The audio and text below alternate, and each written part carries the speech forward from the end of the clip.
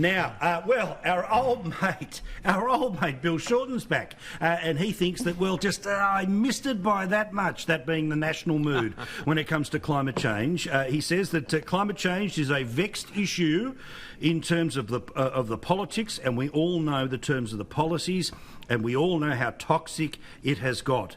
We are having longer, hotter summers than ever before. Basically, Bill Shorten was right, Australia was wrong, the election, let's just rerun 2019 and 2021, and Albo will be home free.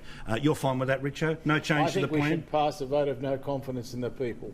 Yes, I mean, that'll solve it all. This is a bloke who wants to be around for 20 years, who's basically said F you to Australia making its decision less than a year ago. I think it's pretty sad. I mean, I think, Bill, you're a great fella and all that, but I think it's time to head back to the suburbs, put your feet up and have a quiet time. Just have a little shushy for a while. Have a quiet time. It's this thing where, Rowan, you know, they are so obsessed. I was thinking about this over the weekend, right, where the ultimate dream of the lefties, right, of sort of Zoolander and his buddies, is that we're supposed to be, you know, as animals, we're going to go from being carnivores to becoming vegetarians, and they've got us debating the weather. Well, the UN wants us to do that. Well, but literally, they've got us to the stage where we're not talking about 2, 5, 10-year cycles. We're having massive national blow-ups based on what happened yesterday. Yeah.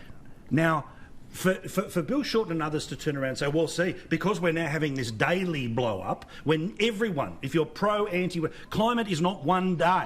We've all been told that, you know, the hottest day in winter is not proof of anything and the coldest day in summer is not proof of anything. But they want us to start fighting about the weather every day.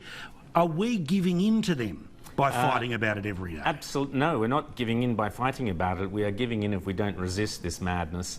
And the reality is, for example, in 1969, we had a summer of 45-degree temperatures, heat waves. I remember them as a kid, followed by a bushfire season. We had drought, bushfire season, followed in February, right in the first week of February, by torrential rain on the east coast of Australia, which put out all the bushfires. Back then, exactly the same weather patterns we've had 50 years later to the day. Climate runs in 50-year cycles, as is well established. So what we saw was nothing. But it was beaten up by the media, particularly the ABC, but all the media piled into it and pretended that this was somehow some proof of this huge global warming scare campaign. Kids are terrified, and the reality is that it's not the quiet Australians, not the real Australians, it's the media and the politicians who go, oh, okay, let's now try and reverse the election of only a few months ago, May last year, on the premise of this. This reminds me of the beat-up about the Ukrainian or the Russian hoax in 100%. America. It's the same thing. The media trying to spin a story to overturn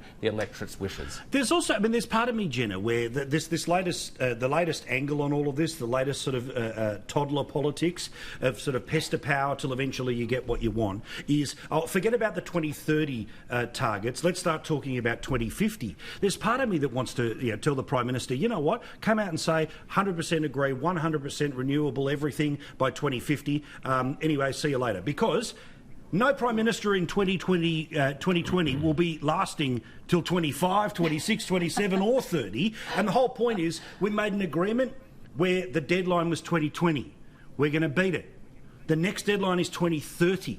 The idea that we all must kiss the ring, everyone must fall to the ground about what the stakes will be in 30 years' time when the Prime Minister probably hasn't even worked out that voting exists yet. For whoever that person will be. To me, it just seems more and more fanciful that we're having these longer and longer term debates with absolute urgency that it must be settled by, February 2020. It's bullshit.